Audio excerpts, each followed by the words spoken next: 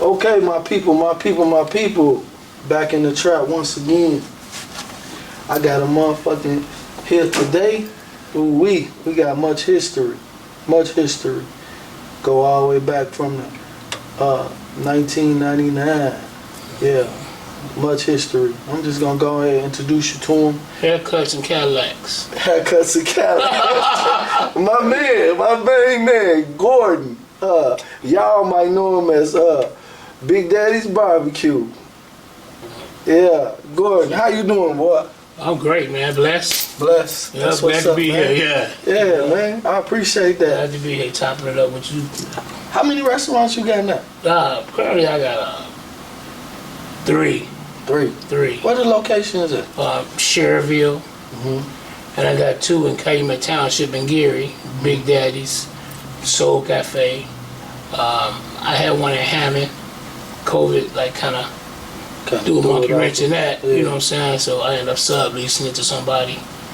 But other than that, what's Soul Cafe like? Soul Cafe, it's a little spot. I rent it out, you know, full bar. You know, it got a New Orleans theme in it, you know. But I open it up myself every Monday. We do a different theme pop up, so I get it right, you know. Then it's gonna be Cajun, soul food, Creole, and you know, different internet, you know, nationalities. So you do like different styles every Monday? Yeah. That's what's up. Like the last Monday we did seafood. We had the seafood bags. I had shrimp burgers. We always go have chicken wings on there. We love the chicken wings, ain't it? Chicken wings and catfish. Yeah. That's what's up. And rib tips. Yeah. That's what's up. Yeah, so we go through that. But it's what I like to do. Give my people like the address. So give them the address. So then we gonna really get into this history that we got. Yeah, it's 4201 Cleveland Street. It's right next to Big Daddy's Barbecue. It's a whole different other venue, you know. But we have a good time. You know, drink specials. You know, we have everything. You got a whole bar in there, huh? Whole bar, top shelf. That's what's up. Top shelf, you know. That's what's up. What I want to drink. We drinking, like different cognacs. You know, I follow my people. I have all, you know, black bourbons, black cognac, black tequila. Yeah. I feature all that. You know, margarita flights, pictures. You know, whatever you want. That's what's up.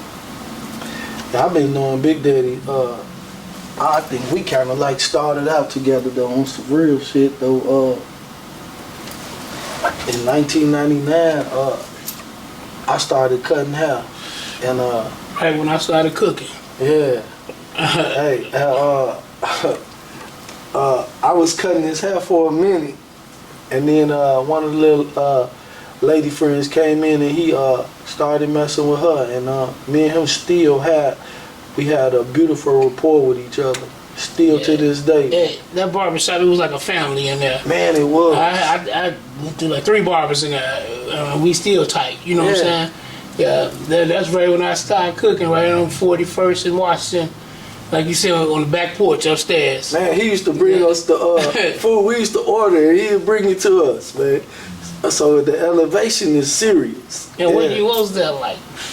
Man, it had to be the early 2000s. Like, yeah, it was. No later than 03. I've been doing this for a minute. Yeah. Yeah, a lot of people don't know that. You know, they think I started at the flea market, but I started right here in Glen Park. Started at home. Right. It started from the crib. Yeah, we had extension cords dropping out the window from the second floor, plugging up crock pots. Yeah. You know, I fed NIPSCO, the police, the fireman, dudes on the street. I done fed their pit bulls. Like, all this food for my dog. And look, and that right there is why I really be trying to like do these podcasts just to give people, you know what I'm saying, the vision. And don't nothing start on top. Everything start first with a dream, and then you gotta act on your dream. Right. Yeah, exactly, ain't it, my man? Everything start with a dream. Yeah, yep. So I started cutting his hair. Then we went from from buying the food in the white little trays. Right. Yeah. I still got them. You still got it? Yeah. Like, Yeah. I came to the 41st location. Man, what's up with them turkey sausages, man, with that sauce, bro? That's a beast. yeah, man, we do turkey tips, turkey sausages. You know, I ended up bringing them to the flea market, and you know, I did. You know, the city, they do the dark meat. I said, I'm gonna try this white meat, all breast. You know, I smoke some raw turkey breasts, smoke them, cut them up, put them on top of fried. They love them. I was watching a video earlier today. We're gonna get into that about how you feel about that, but how did you come up with that turkey tip? Well, I seen it from the city. They was doing dark meat, so I said, I'm gonna try this white meat. You know, man. So I kind of screwed up. I fucked up a couple of them. Trial and error. You know, I was learning. Yeah, I'm You trying gotta to learn, learn. you know, what temperature to cook this or what temperature. I top them out like, man, something wrong. If you don't hold the right temperature on any meat, it'll spoil. Yeah. But see, I learned through trial and error. I didn't even know that. Yeah, that's why I tell cooks and stuff that I train, I hit that pothole. So I'm gonna teach you so you can go around it. You know, some of them listen, you know, some, hey, listen to me. Yeah. I ain't tripping on you because I done it. Everything you about to do, I done screwed it up. I done fucked it up. Yeah. I done did it already. Right, but I'm right, tell you, don't do this because I tell you this. Because you done did it already. Man, this what happened. I said you didn't do it like I told you. You know, but I love what I do. I started cooking. My mother she pulled a grill. We had a grill chained to the tree in the front yard. Hey. We the only one on the block that had no grass. There was a bunch of chairs because all the neighbors came down there and we partied. Every weekend. Man, my mother drank and she let me turn the meat. Yeah. That's when it all set it off. That's what started it. She let me Y'all turn the hear meat. that? I'm Y'all 14 hear that? years old. I'm turning the meat. Right. And I like what I do. Yeah. And I would never change the way we grew up. We grew up poor. We ain't had nothing. I think that's what seasoned us all. My mother taught me some stuff. She taught me when we couldn't go out like other people to dinner and all that. She taught me how we gonna get in here. We gonna make some pizzas.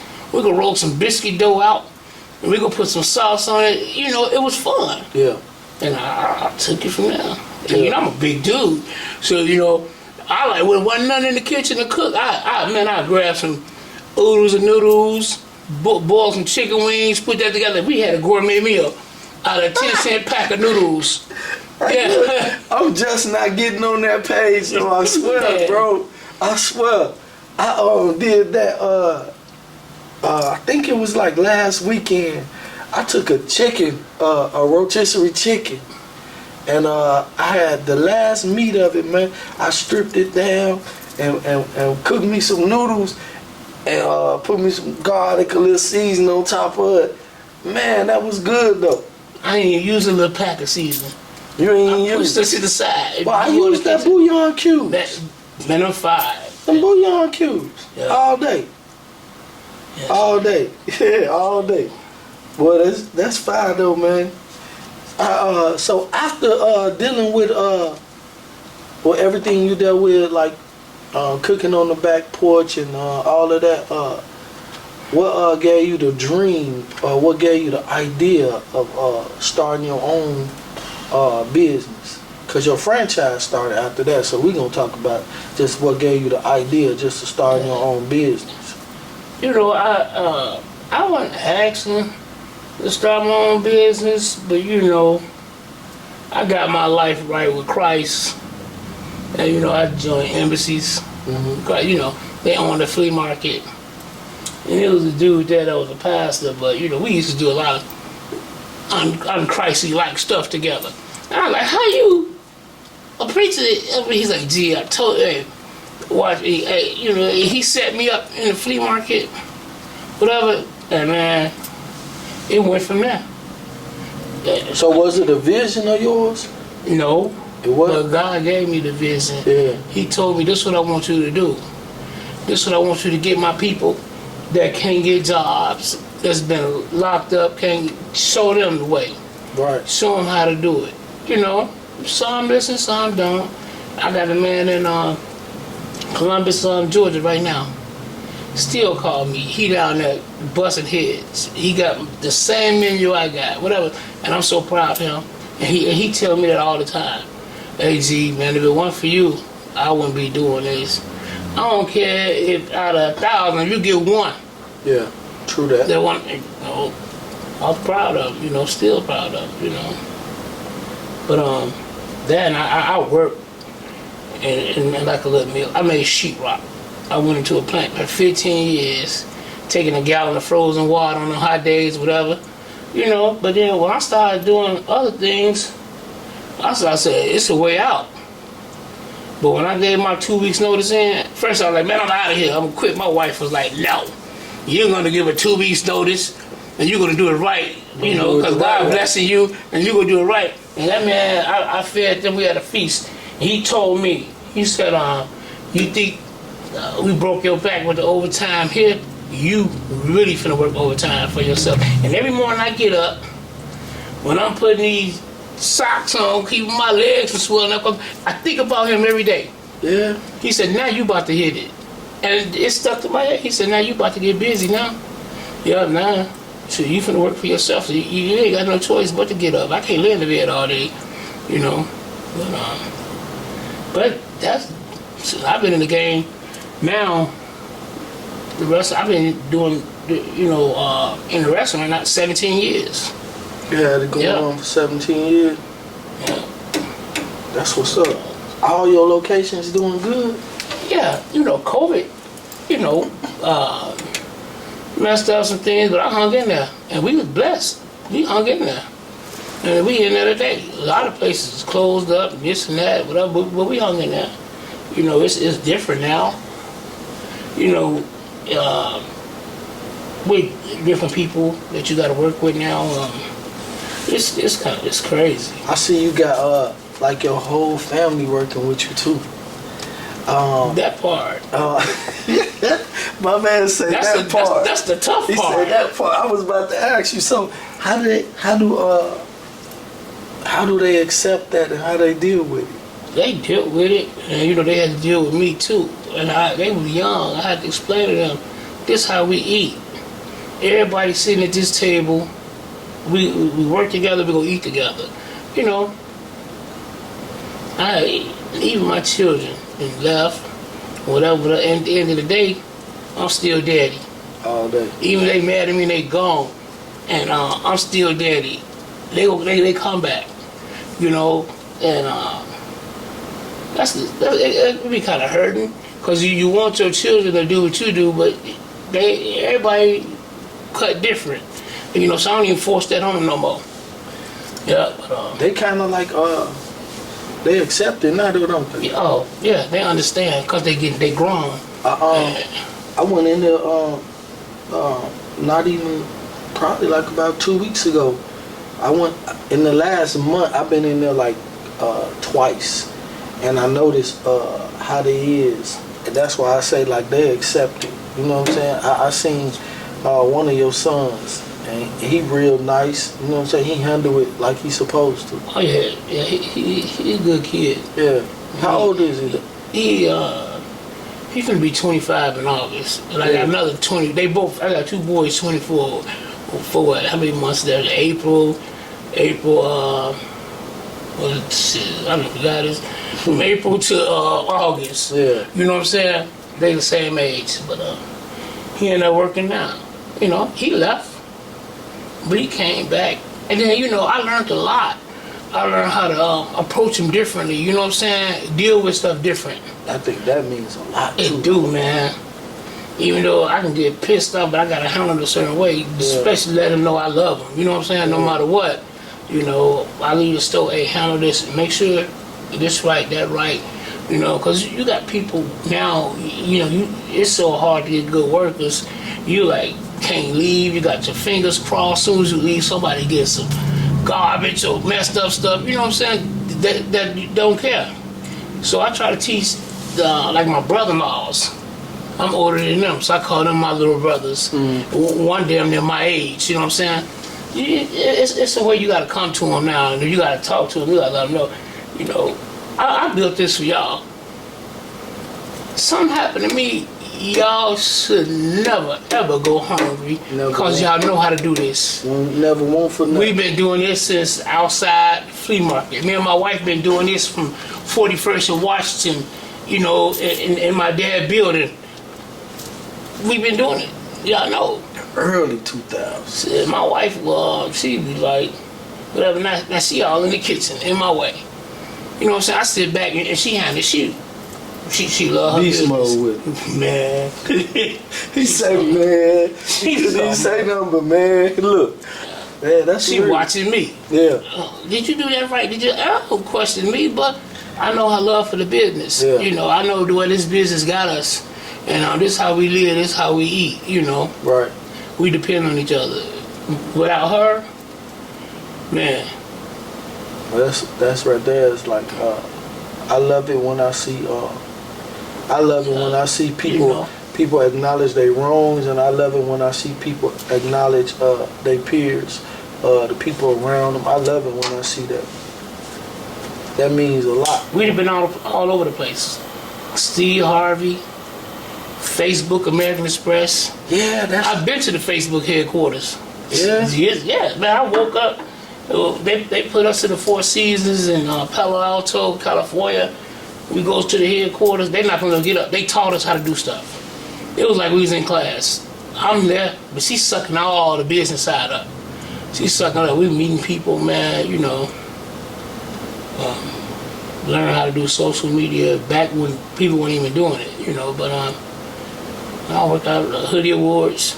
I had been to Vegas. But how did it feel when you actually when you got nominated for the Hoodie Awards? It felt How good. did that go? Was it like something you people heard about you and they reached out to you, or was it something that you reached out like I got a good menu too? How did that go? Yeah, you know, my wife, and you know, dealing with Steve Harvey, and when he get on the radio, he announced me, and you know, when I go to NBC Studios, when I cater for them, because he called me, he's like, hey, Biggs, ask them what they want to eat. They want you. Yep, he in the Trump Towers when his wife wants some turkey tips or whatever. Yeah. My people take it to him. Yeah. Yeah, 10th floor. All day. Yeah, you know. Hey, it's real. It's real for my man. Life got real, didn't it, man? It so did, man. Yeah, so. And you loving every minute of it. I love it, you know, but I stay humble and cool. That's a major. That's a major key in life, man. I think that I done came a long way in life just from where I came from.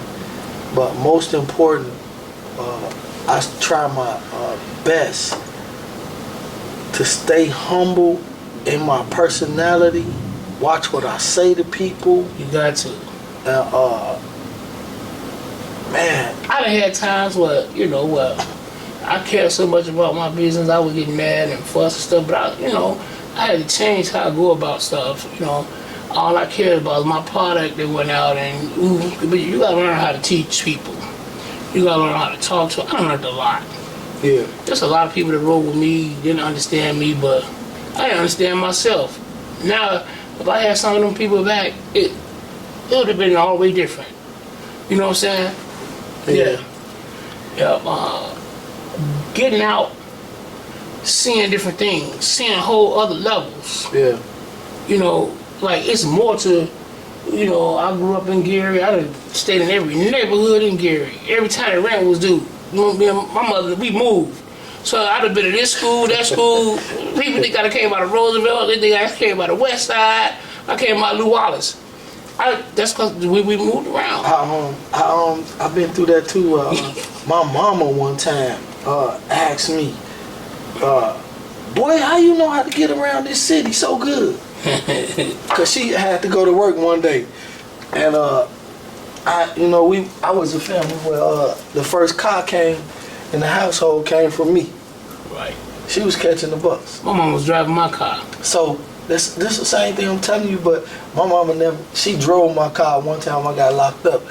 She took it home for me, but I had to take her to work early, man. I'm talking about you talking about a nigga like 17. And the first car I bought, I just put it in my mama's name because of the car I bought it from. She didn't even know she had a car in her name. You know what I'm saying? You know what I'm saying? Sound like some shit my brother would have did. So I had to take her to work. And she like, boy, how you know how to get around? She gave me the address. I took her straight in. She like, boy, how you know how to get around? Mom, I've been running these streets ever since I was 10. While you sleep? Yeah, when you brought me to Indiana, I just started running these streets. You know what I'm saying? So, yeah, dog, the first car came from me. Man, I just been out here running these streets. Yeah, it's a beautiful thing, though. It's a beautiful thing, man. So the restaurant life, do you think that was like one of your biggest accomplishments? Kinda. Yep. Yep. And raising my family, and you try to do stuff for your kids that you didn't get to do. You know, I ain't, man. My mother, me and my wife, we went to Great America, and we stayed in a hotel for a week. Oh, y'all big time. Y'all do, Mom, that ain't big time. No, it's not. You know, when I took all my kids, we all went first class. Like, yeah, that will change your life, cause you don't never want to sit in the back no more. Like, nah, this ain't how my daddy had us up there.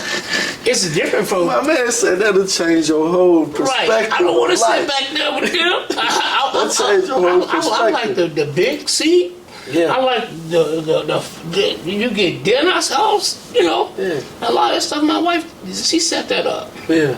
Yeah, American Express, So she just came on with the vision. Yeah. Yeah. Yeah. Yeah. So, and we did it together, you know. She said, get out there and you talk to people. She say, she called me the mascot, but she be behind the scenes.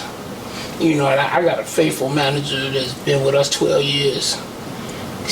Yeah, I can't eat unless I know she eating. You know what I'm saying? Because that... I feel that. It's hard hanging on to people, man. A lot of times people don't even want to stick around that long. Yeah, but they want, and then they get out of it, ain't it, man? Mm-hmm. When you actually like won the Hoodie Awards, did that affect your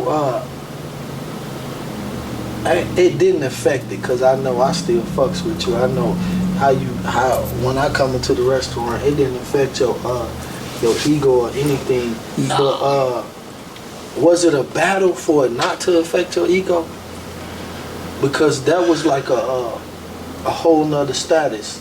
It never affected my ego, but it let me know, you know, these people come to me, I gotta make things straight. You know, I fuck up. Or if I ain't them, you know, you got new people, they'll mess up. Yeah. Man, I remember I had to learn how to deal with people. You know, I remember this lady was like, I threw your shit in the garbage. And then, you know, give me some of that shit, you get a Steve Harvey. You know, that, you know, people hard on you, you know what I'm saying? But anybody know me, that's not my heart. Yeah. You come to me correct, I apologize, I'm gonna take care of you. You know, this person didn't know what they was doing, but I can't be in that 24/7. Oh, it was better when he was cooking. That'd be the funny part. Yeah, I could dig. They don't know who you don't know how long I've been back there cooking. You don't know, but I got nephew, brother-in-law. We all family. We work together. You get a bad order, people kick dirt on you. Don't kick me when I'm down. Help lift the brother up. Some of my best customers, some of my best friends now, I met them because they had a problem or something, and they like the way I fixed it, and they fucks with me now. First thing they tell you, talk to him. That ain't his heart. He ain't that type of person.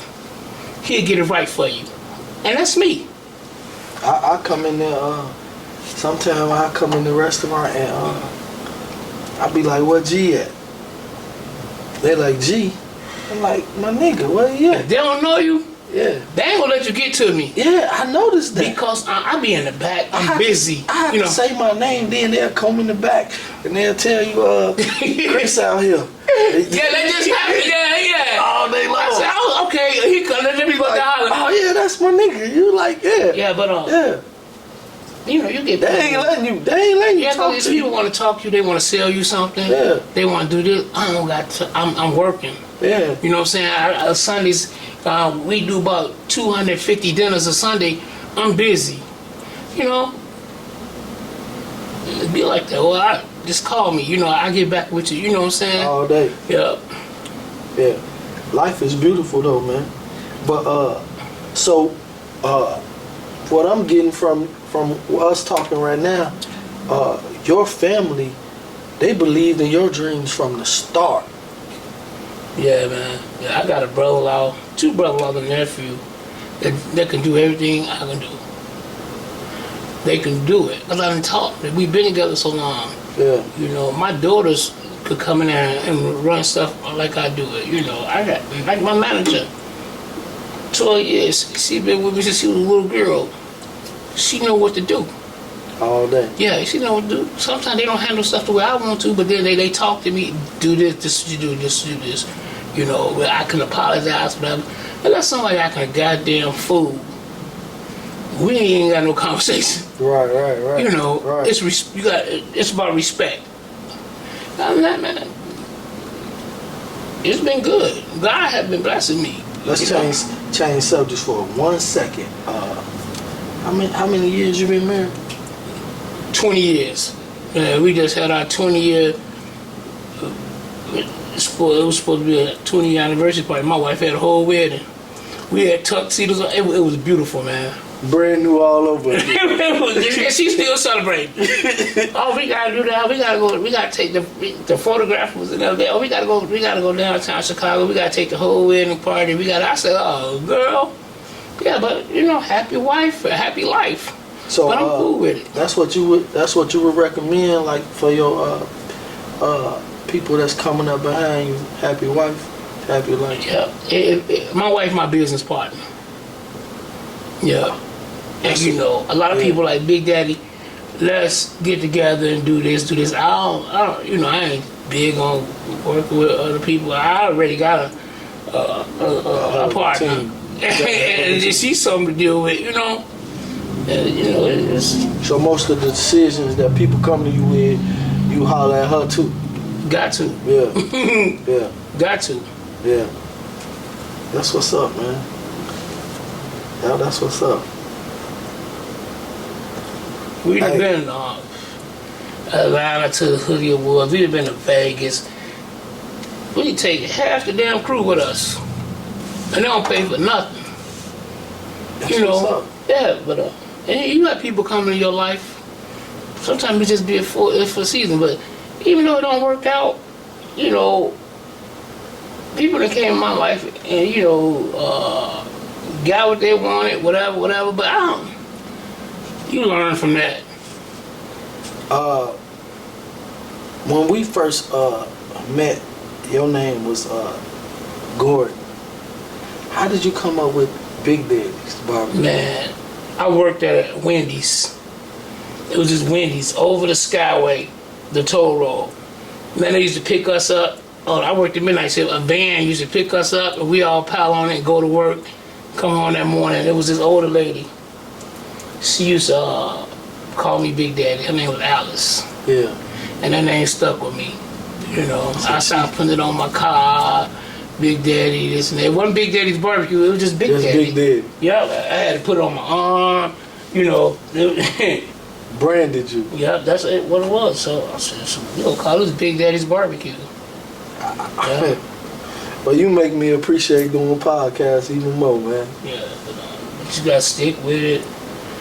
You know, Everybody ain't gonna be what you want them to be, but you just gotta keep doing what you want to do. What make you happy? What make your life happy? Make the people around you, make them happy. Yeah, do your damnness. Yeah. Yeah. Put that when you best effort. effort. Yeah. Put that best effort for it. Yeah. I like fucking with my people so much. I ain't smoked a cigar. I guarantee you in about 8 months. But when I had my man, I said, bro, bring the cigars and bring the liquor. We gonna sit back and kick it. Yeah. And, you know, we drinking cognac. Yeah. Cognac made by my people. Yeah. Who made that, G? E40. E40. Yeah. My man. VSOP. Yeah. So, B, you was cooking so long. You've been cooking so long and experiencing like in cooking. Cause I cook too, so I experience I play with my food also. When did you come up with that sauce? Man, that sauce simple. It was something that your mama had on back of the stove. And you know, if y'all real black folks, you know mama ain't never took no barbecue sauce out of the bottle and put it on the meat. All day. You gotta play with it. All day, man. All day. And so my mom used to do that. Then there was a spot in Gary. It was called like Mandingo's Barbecue. Yeah? Yeah, my mother used to love that pineapple in that sauce. I know you got some other stuff, but I ain't biting off nobody, but I just tweaked it, you know. Tweaked it. Yeah, right. Yeah. Right. I tweaked my mother's recipe. When my mother got sick and stuff, I go over there for dinner. I look at my wife like, oh no. You know, she getting too older and her health was, we gotta start cooking. Yeah. You know what I'm saying? Yeah. So I took a lot of her stuff and I tweaked it and I made it better and I made a living off of it. Man, that's so she didn't give me nothing. Or anybody knows she gave us Big Daddy's barbecue. I don't eat too much ribs. I don't eat a whole lot of like red meat, like real red meat, but this boy got a turkey link. Oh my God. And I with made that sauce on there? Those links myself. It was getting too much, you know, certain things you're going to make in your kitchen. So I reached out to a company. I said, this is how I do it, this how I did it, this and that. Man, even with the sauce, and my wife was in the kitchen putting the sauce together. So we went to a company, you know, and they couldn't get it right. So my wife still couldn't get it. We went out there, and she had never been into a big facility where they making all this stuff at. And she climbed up that ladder, she said, y'all not putting the pineapples in there right. It's the same way you gotta do it. The white dude was like, dang, that's what it is. And man, we've been producing it. And man, we go through so much sauce. You know, but my thing is the meat is the boss, then the sauce. If your sauce ain't seasoned right, whatever, you know, so I had to critique things so the meat come in with my rub already on it. When you open up the box, it's seasoned already.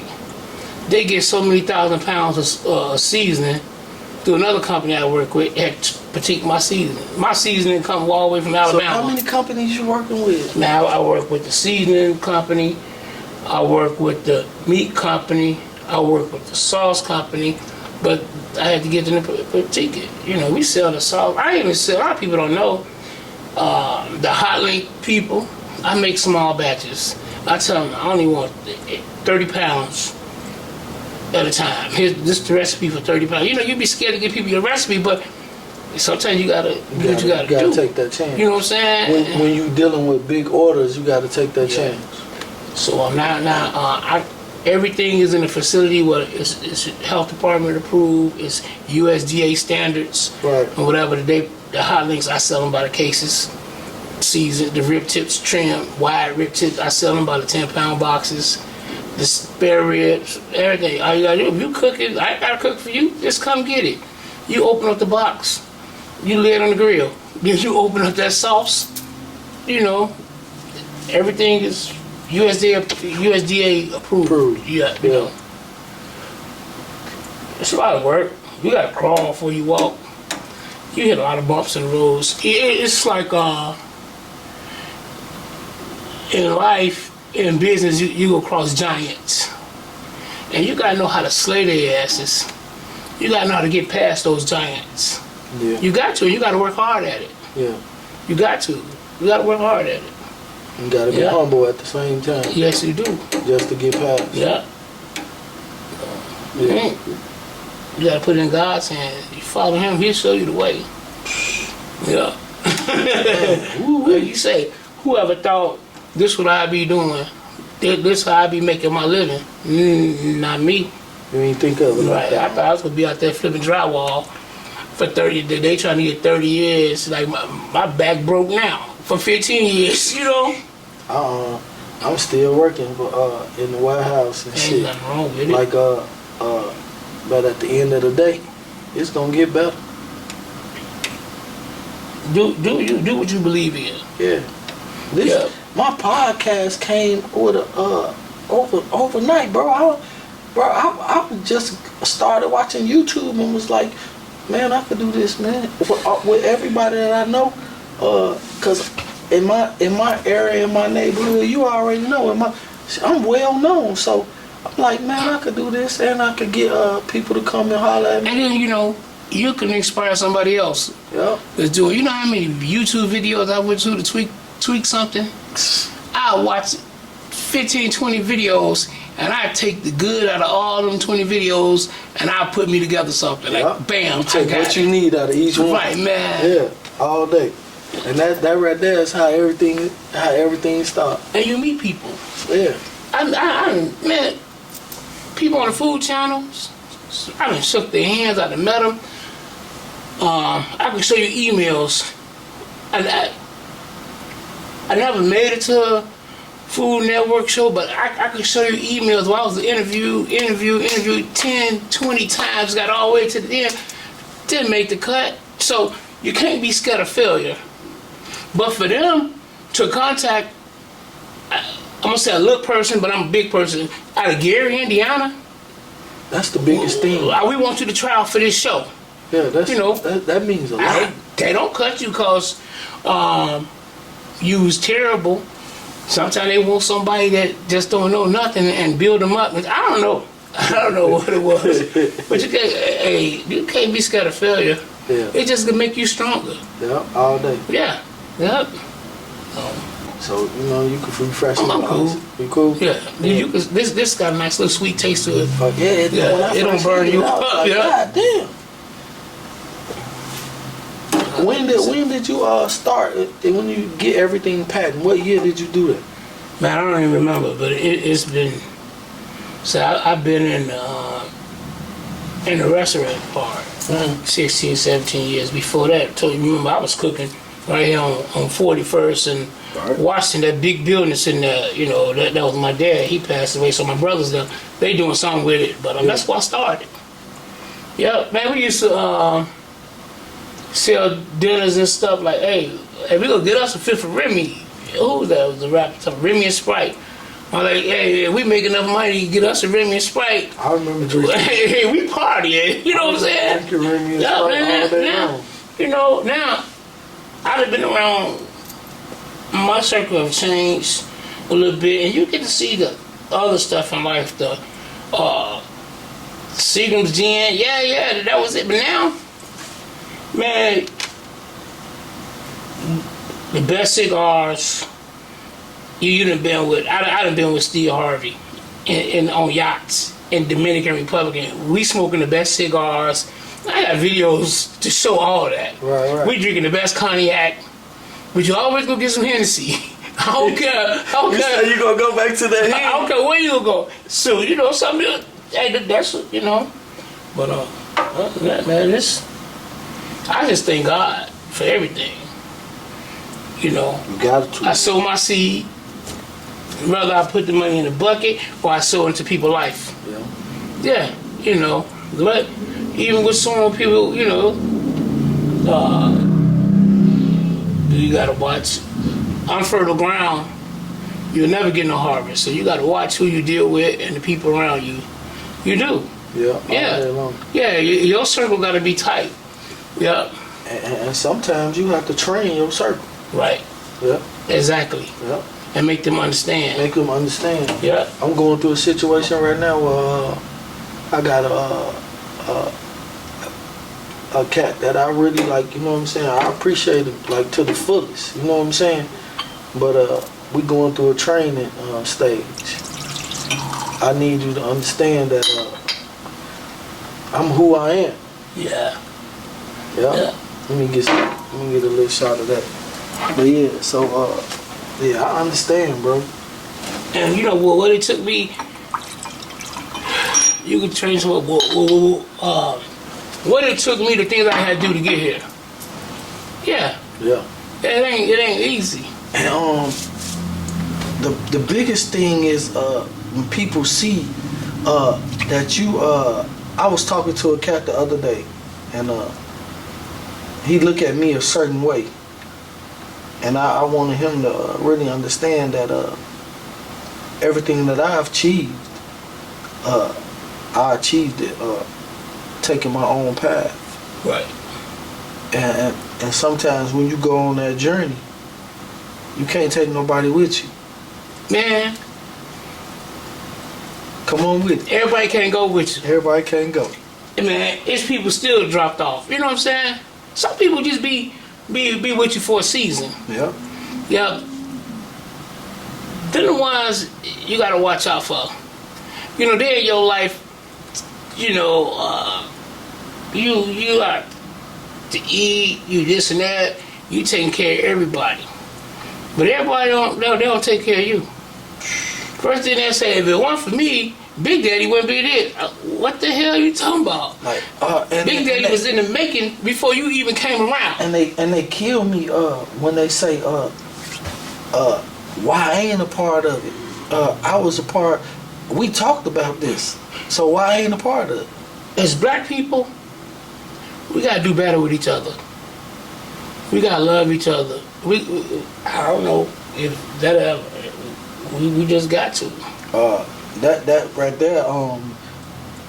there comes from that part where you say everybody can't go, but when you quote unquote somewhat serious about your vision, some people catch on. I'm gonna tell you. Some people catch on. I'm gonna tell you. You look at Jay-Z. Mm-hmm. You know all the people that was tight with him.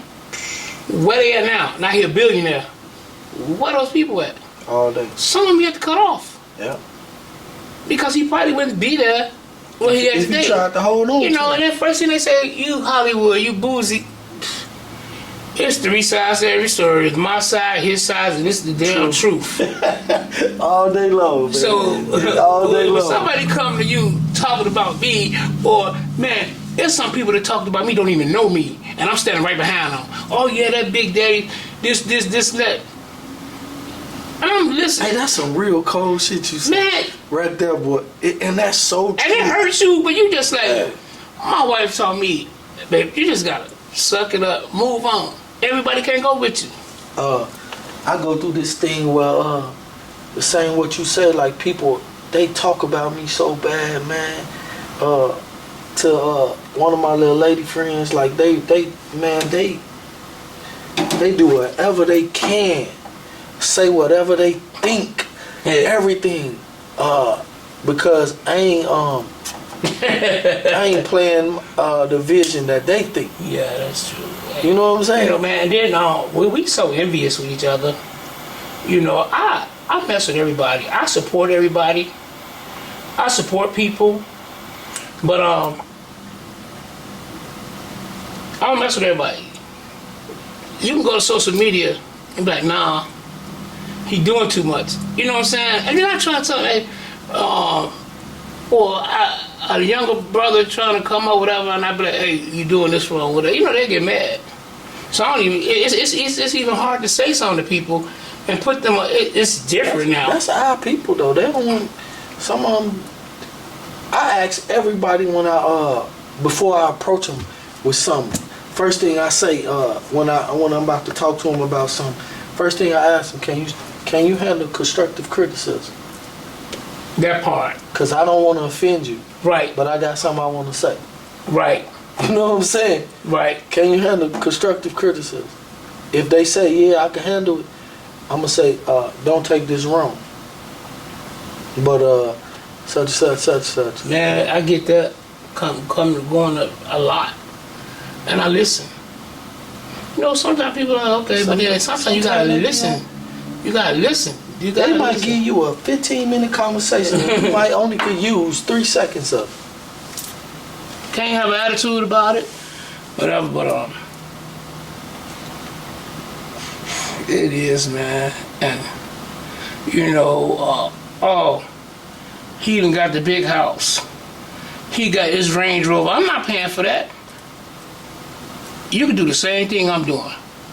Man, this family, you Hollywood, God gave you the same hands, brains, And the hours. and that he gave me. Hours. You didn't do nothing with it. It ain't my fault. Oh, I'm not supporting what he got. Now, ain't nobody. I bust ass.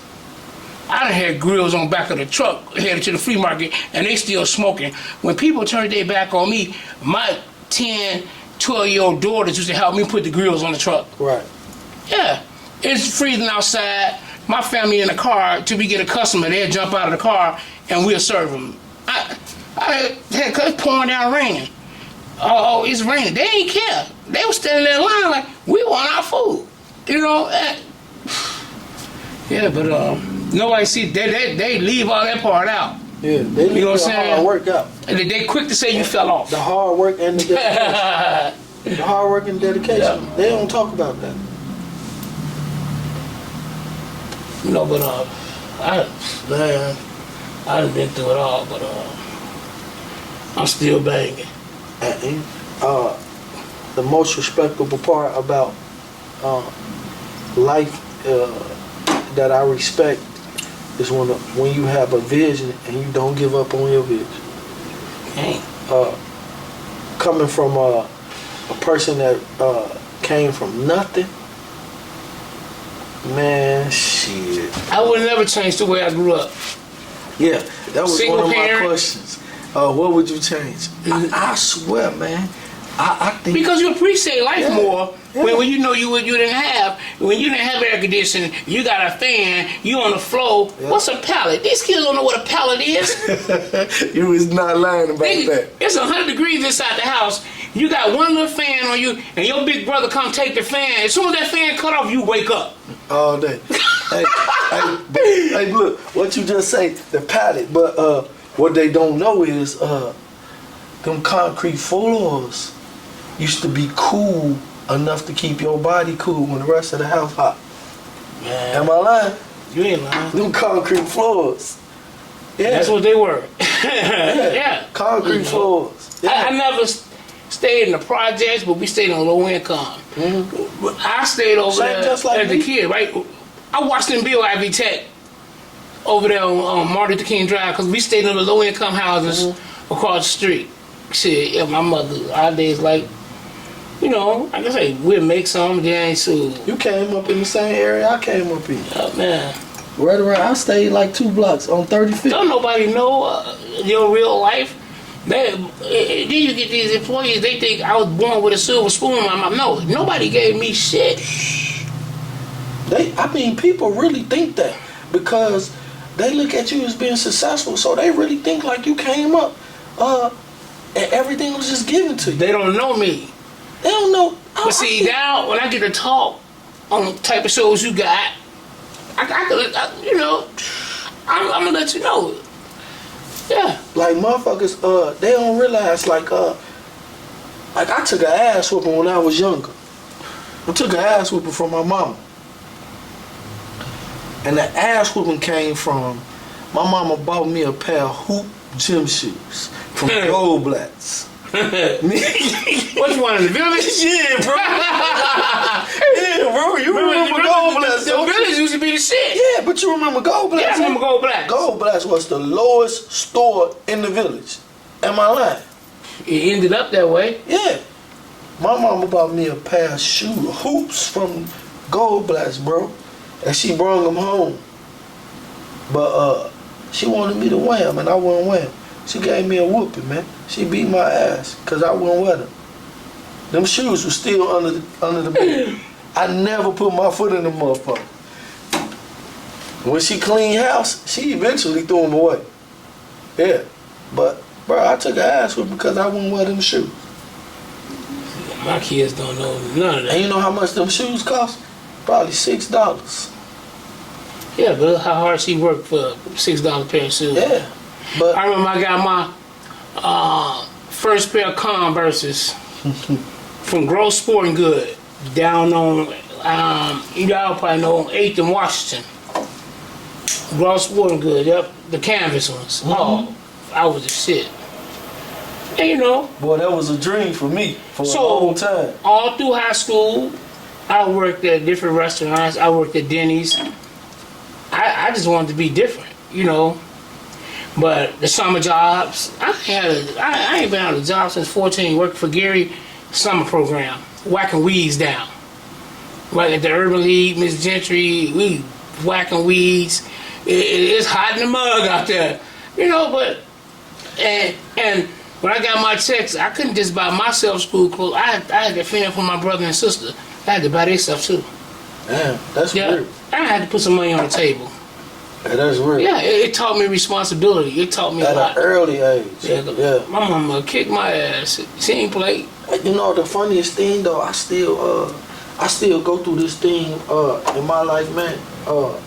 My mom she used to beat my ass, bro. But I should get right back up and do the same shit. You was hard-headed. Man, hard-headed is an understatement. I was scared of ass whooping. my sister and brother ain't what. But right now,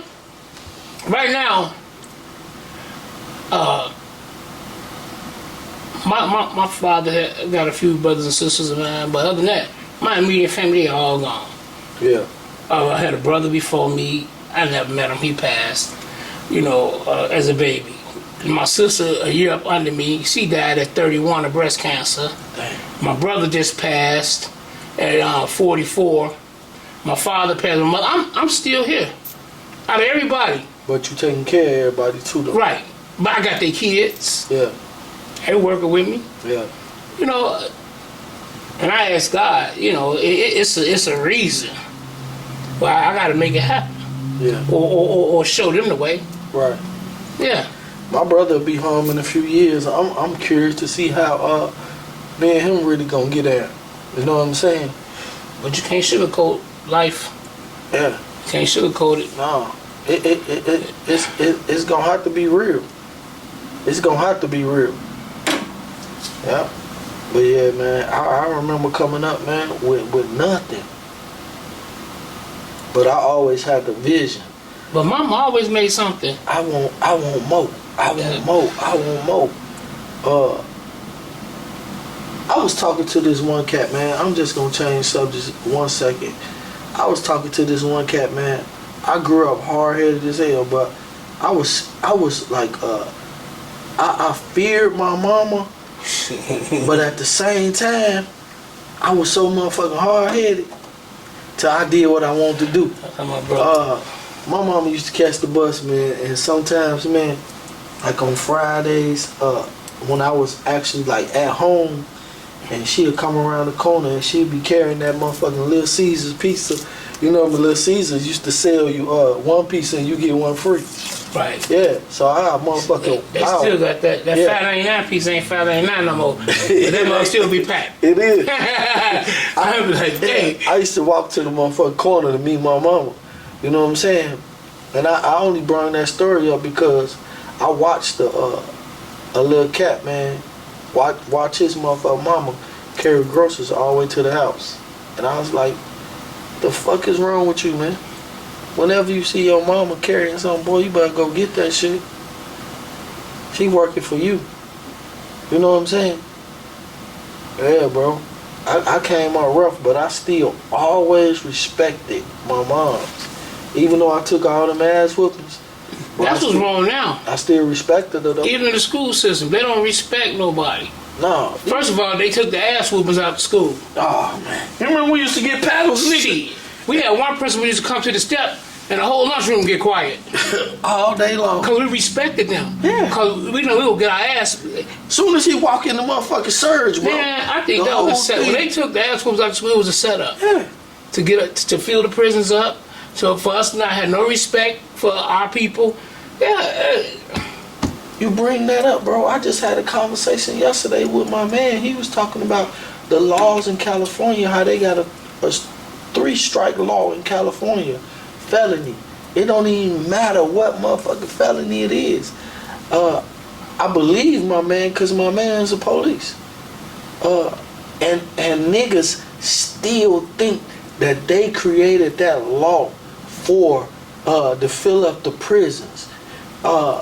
We don't even have vision enough to understand that they created that law so you'll get your motherfucking life together. You get what I'm saying? They ain't even understanding that law was created for you to get your life together so you won't come to prison.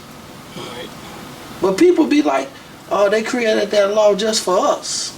No, that law wasn't That's created an for us. excuse. That's an excuse. And I can't say nothing too much. You know, really? Bro, that law wasn't created for you to go to jail. That law was created for you to get it together so you won't go to jail. Man, the world is jacked up. Yeah, it is. It ain't going back. Now they using TV to turn our kids out. Bro, we don't even got real manly men no more coming up. They tripping. They got it where you scared to say something. On my podcast, I haven't talked about this yet, but Wood said, you know, you can't use that word retarded no more. I was watching Def Comedy Jam on Tubi. Yeah. So I'm in the bed watching the show. My wife, I'm thinking she sleep. I said, ooh, you can't say that no more. She woke up, she said, you ain't lying. It would never fly now. Retarded. Retarded, anything else you want to say. Man, you can't say nothing no more. Right. That's crazy. We walking on eggshells now. Yeah, all day. Walking on eggshells, man. It ain't, man, I don't know what's wrong with the world, man. But I love everybody. Yeah. I don't disrespect nobody, no matter what you is, how you want. You know, when you disrespect people, you know, how they want to live their life and all that, you wrong. But yeah, I think that's why But I'm going to live mine the way, you know, I don't know. the last podcast I had, the young lady said, however you moving, basically, that's why you still able to be out here. I'm humble. I don't disrespect nobody. If somebody get out of pocket with me, I think before I speak. Because my whole object in life right now is to succeed. So the ignorant part of me is gone because I seen like a vision where I constantly want more. So the more you grow, the older you get, you learn more. And if you don't apply Think before it, you speak. yeah, if you don't apply it, you're gonna have major setbacks in your life. So I done had problems. Let's say customers. Big Daddy, I can't deal with this person. I gotta learn how to deal with people. What to say, what, hey, man, you say your whole catering order jacked up. Look okay to me. But whatever, I'm gonna tell you what, I'm gonna give you your money back. And plus, here go a $50 gift card for the next time. You'd be surprised. That works though. Yeah, it worked. It worked. I always say, okay, I gotta change my attitude, and I gotta put my Big Daddy face on, and I'm gonna take care of them regardless. And then I come back, the workers be like, really, you did that? Let me handle this. Mm-hmm. The workers don't understand. No, because it's not the establishment. Yeah. And you know, you gotta know how to understand people. Yeah. And you know, I tell people too at the same time, the customer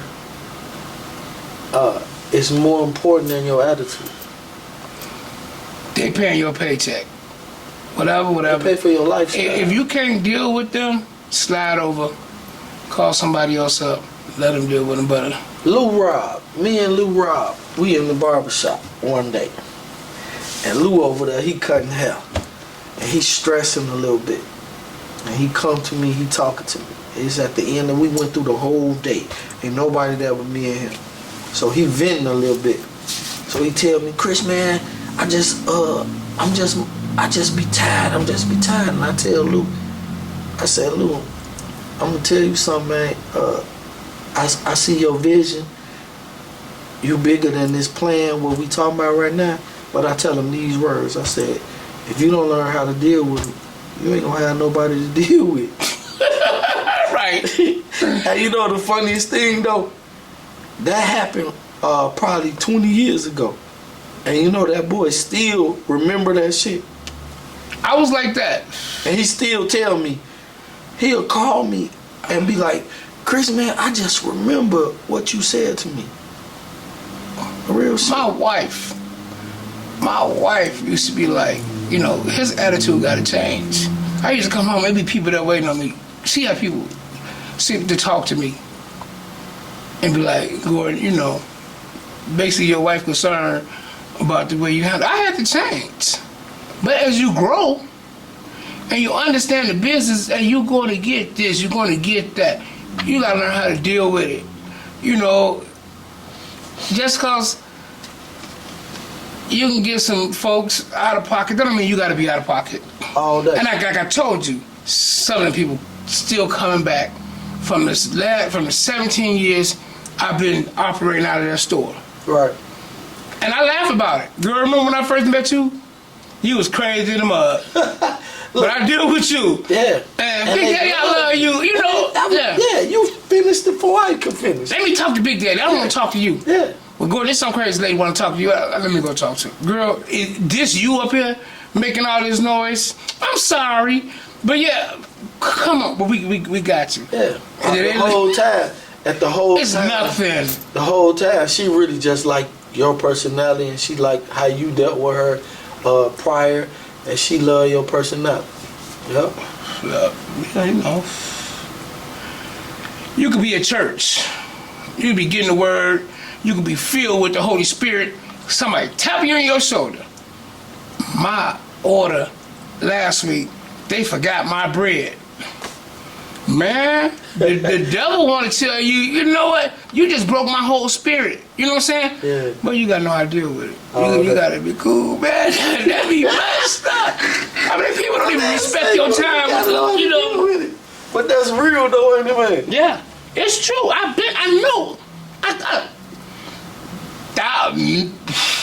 Thousands of people come in that restaurant. Yeah. You done had people come from all other cities just to come to that restaurant. Yeah, man, I had a problem. My last grandbaby was born. I went to this hospital, and they're like, "Are you Big Daddy?" I said, "Yeah, how you doing?" So I went upstairs. I saw my little grandbaby. He about 7-8 months now. I call him little Lehman Bosco. That's both his granddaddy's name put together. You know, she was like, "Don't ruin my day, lady. I used to come to your restaurant. I don't come there no more." I told the lady, "I don't miss you." And she looked at me, "What you said?" I said, "I don't miss you." I thought I was being mean, but I was for real. Now you don't, even though I could have been a little wrong, because I said, it kind of broke my spirit of my grandbaby being born. Some people just don't know what to do and how to say it. We could have had a good conversation. It's the wrong time. I keep gift cards in my pocket for people that know how to respect me and act right. Man, I apologize. Bam. Here go $50. Come there and get what you want. You know what I'm saying? I apologize. It's I don't know. You got to be ready for it. You got to protect yourself at all times. You got to be ready. Boy, you keep gift cards in. You don't master this. Man, the devil will send some people. The devil will send good people to you. Yeah. Yeah, but when you do stuff godly and whatever, the devil, he can't stand a chance. All day. He don't like that. All day. And he'll keep sending them. he'll keep sending them giants. Them giants, you gotta slay them. You gotta jump them hurdles and keep it moving. I be dealing with them. You know, I be dealing with them. I swear I do. You will have your complaints and whatever, but you this big now, and all that's what they say. What they say? If you ain't popping, if ain't nobody hate you, ain't some crap. Hey, My dude told me that. You can be doing this big, but you still gonna get that. The more you grow, everything else will grow right with it. You gotta know how to deal with it. My dude told me, he said, cause I was that hurt your feelings. I was going through a thing where I was like, man, I'm hearing so much hate. That these people, they talk about me, they hate. It's hating so bad, and my guy told me, he said, see, murder, they gonna talk about you regardless, whether you doing bad or doing good. So what you gonna do though? Is you gonna fall back because they hate, or is you gonna put your tough suit on and keep moving? And I had to think about it. I had to think about it. I had to build a whole nother level of skin just to deal with that. And it ain't even over. I think the bigger you get, the more haters you're gonna deal with. The bad part about it, what hurts you, here's a person that you deal with, y'all cool, whatever. And then, somebody put a bad comment on Facebook, then here they go. Yeah, this and that. I'm like, man, I just talked to her last night over a drink, whatever, this, and then I had people calling me wicked, whatever, but I see them out. After they bad mouth me, I'm at the bar, hey, give her a double shot of whatever she drinking. Yeah. That changed their whole life. That changed their whole attitude about you, man. All because you turned that smart mouth, that little envy, that whatever it is, you treated it with love. My thing is, people could be hungry and this and that, and you mess their order, whatever. Or not me per se, but I can't run this all by myself, and they mad as hell. You got to make it right, because you know how you go. And you go get your fish sandwich from McDonald's and they forgot the cheese. But they can't call around on McDonald's or talk about him. And he ain't gonna give you no gift card. Right. he ain't gonna take care of you. He ain't gonna do nothing for you. Nothing. What's not wrong with that order, Big Daddy? Why you giving her how about it? Chill. Just be cool. I'll give you your money back and I'll replace some of it. Here you go. Have a great day. All day. Yeah. It ease the tension off you. Yeah, you mastered. You do your part. Yeah, you master how to deal with the public. You master how to deal with negativity. You mastered it. That's Spotting Gary. Did that come? Did you automatically know how to do that? No, I had to learn how to do that. Yeah. I had to teach myself. Yeah. And my wife had to teach me how to do that, and it worked. I mean, I apologize. First of all, you start off with I'm sorry. You messed my whole meal up for Mother's Day this day. Oh my God. Well, what can I do to fix it for you? Yeah. Give my damn money back.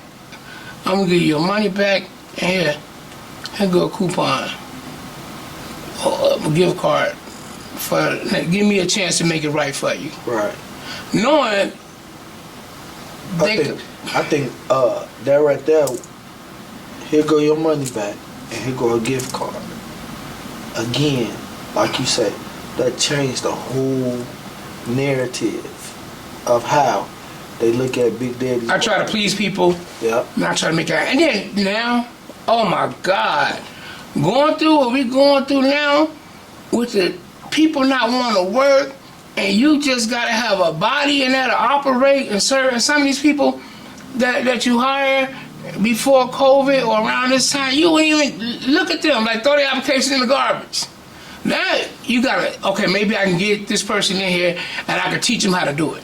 Some of them will get it right, but some of them still got that in them. You know what I'm saying? Man, I done been through everything. I done been through getting sued. I done been through the EOC. I done tried to sue you too, man. Man, yes. That's why you gotta be covered. You got my wife know our business. She know how to have coverage for this, how to have coverage for that. It's all in the food cost. A good lawyer, good insurance. He says it's all in the food clause, man. Cost. You gotta have all of that. Yeah. Yeah. For me, you know, never went to college, and I talk to kids. If you want to be in this business, it don't hurt for you to go to school and learn about it. Instead of having bought lessons. I had a whole lot of them. I done had some bought lessons, man. Bought lessons is yeah. Yeah. But if you knew a little bit, I tell them, go to school, learn a few things, how to do this and how to do that. Right. You know, it'll save you stress. It'll save you a lot of stuff. But bought lessons. and then you know, our people don't take no shit. Oh, don't mess with the old people. They hard on you, man. Baby, what's the problem? I didn't always think something they want to hear from me. They don't give a damn about little Susie at the register. No, they won't. They'll run her ass over. They won't talk to you. Yeah. That's just like when I come in. I just come in sometime. I be like, shit, what Big Daddy? You know what I'm saying? What Gordon at? Who is you? Oh, he ain't here. Yeah. Then they come right down there. Yeah. Such. Oh. Let them in. But my personality be so cool. Yeah. I ain't coming with the bullshit.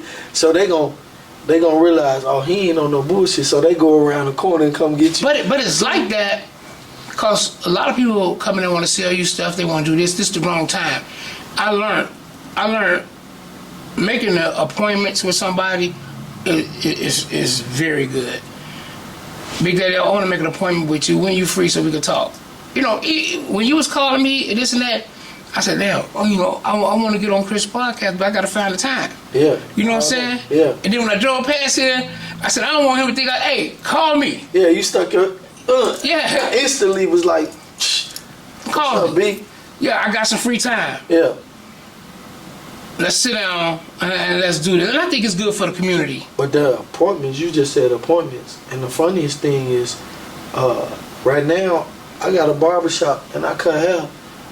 Sometimes people come in, I could be free. I give them a business card. They call me. I don't cut hair without appointments. I don't care what I'm doing. I ain't gonna cut your hair.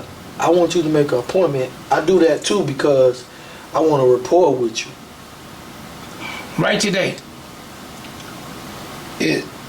you wanted me to 6, so I said I gotta get out of here. So I'm in there making my little fresh strawberry lemonade. Mm-hmm. So I said, you know what, I'm gonna give y'all about 30 of them to sell today. I gotta go. So I started putting this shit away so I could do it tomorrow. As soon as I went next door to the Soul Cafe to grab us something to drink and smoke, while we having this good, great time. Yeah. And I think this is good for my stress level and whatever, just to get it out and talk to you. See, it's people like you can change stuff. You know what I'm saying? That's what everybody keeps saying. And lady like, tell him it's such and such. I said, I don't know who she is, whatever. And then my brother-in-law on the phone, he directed people to me. I said, I'm running late. Take her number, and I promise her I'll call her. But she met me at the truck. And they said, Miss such and such, I didn't know that was you, whatever. But still, I said, I'm running late for this appointment. I gotta go. Well, I just wanted you to know it was me. I said, okay, that's all they want. Yeah. But appointments is important, especially when we get busy. Yeah, it's important. It's really important. Oh, yeah, it is. Yeah. And then, he too good to talk to people. And then what you do is how you do it. And building that rapport with everybody you deal with is really important. I remember cutting hair at Lou Shop, man, and you dealing with people you don't even know them. I remember that. And I remember being locked up, man, and a person over there could be going through something. Y'all stuck in the same room, man. You don't know him from a can of paint. You don't know if he about to just wig all the way the fuck out. My point, you got people that's working for you.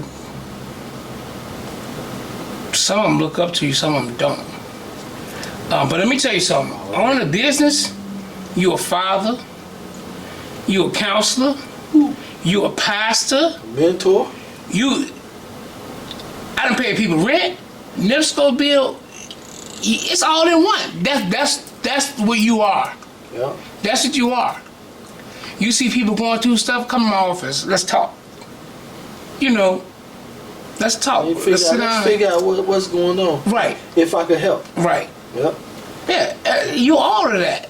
When I first got in business, I didn't know that. But growing, I've been in business for myself for 15 years. Here I am one time with the Hammond store, Gary, with 45 employees. They look up to me. Even the ones that disgruntled, whatever, you even pull them out and talk to them. Where we go wrong at? How can we fix this? I was over there the other day, a couple weeks back, and I was picking up Dan. And Dan said, we just had a discrepancy, bro. Somebody was stealing.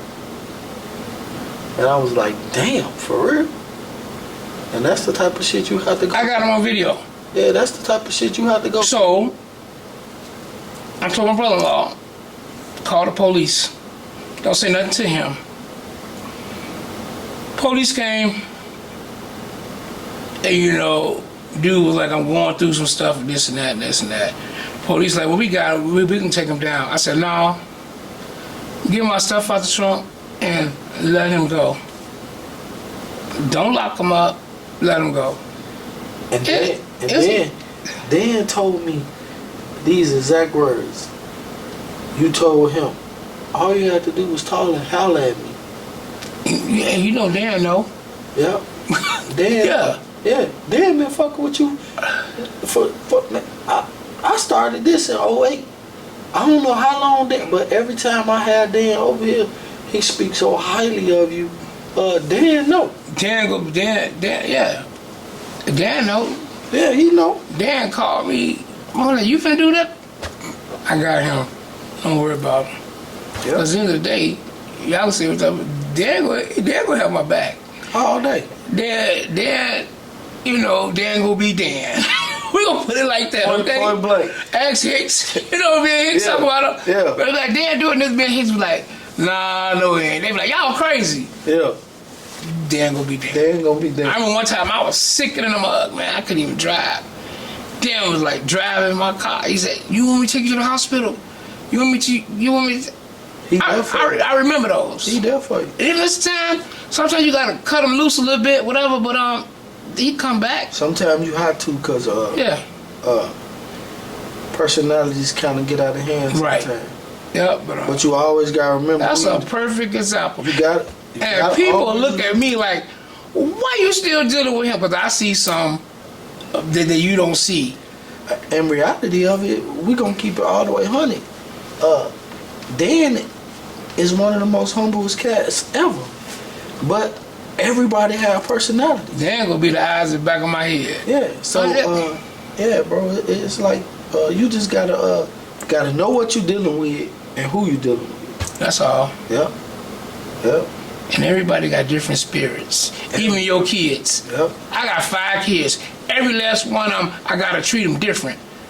Because I know they different. They have different souls. Yep. And you gotta treat them different. And you got to. Yeah, all day. That's some real talk. Yeah. Yeah. Yep, so. Life is a mug, though, ain't it, man? Yeah. I say it's beautiful, though, boy. Living is beautiful. I love, God didn't give me big daddies for me. I didn't win all them awards for me. God gave me this place to do what He set me out to do.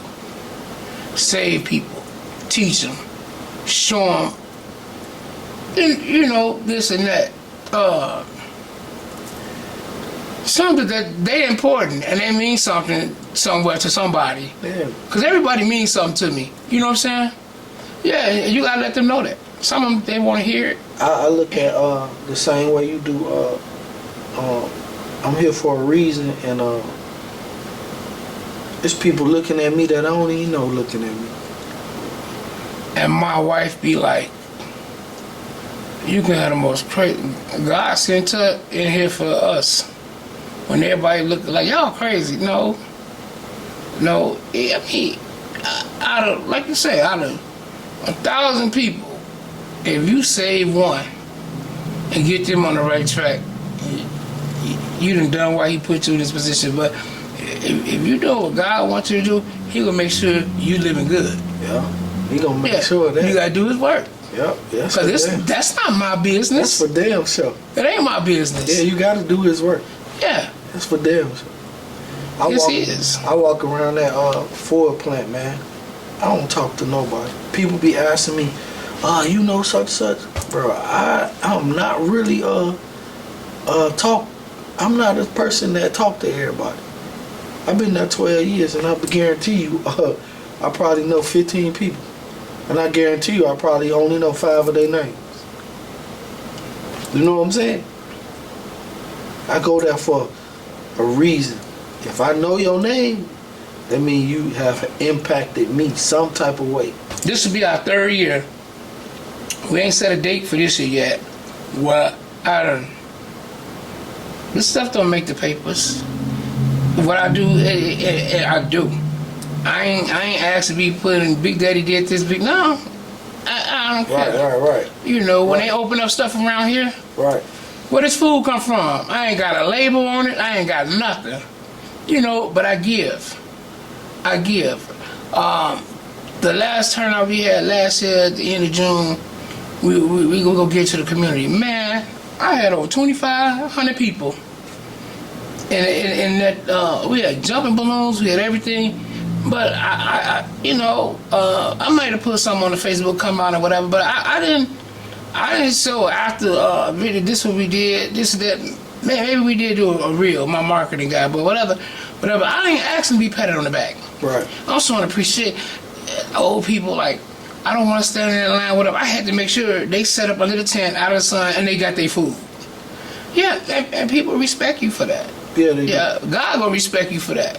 Yeah. My people, I'm probably gonna do a barbecue sometime this summer for the whole community, not just the people I meet. The people I deal with on a regular basis. Right. Because I know some of those people that came out there, they can't even afford or get out there, or they can't even afford to buy Big Daddies.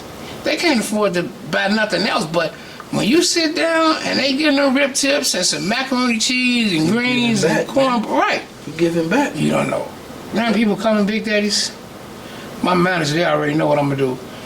I got a lady in her car, living out her car, and she got 4 or 5 kids. Can we get them a bucket of rib tips or some food? Yes. I am like, hey, he taking advantage. Get a man a $5 rib tip. Give it to him. We ain't got to ask no questions. Just give it to him. Right. Right. Yeah, that's real. But this ain't my business. This is business. All day. Yeah. People don't know me. They don't know that side of me. You know, I've been taken advantage of. I mean, that's life, though. Yeah, but it comes with the territory. Exactly. Yeah, but I get it back. You know what I really appreciate, though? Another thing I really appreciate is that I've been owning my own business now for 15 years, and I only had one incident in here where I had to kick somebody out. Out of 15 years, one incident where I had to kick somebody out, and I have never had no other incident in my business. Do you know how much of a blessing that is?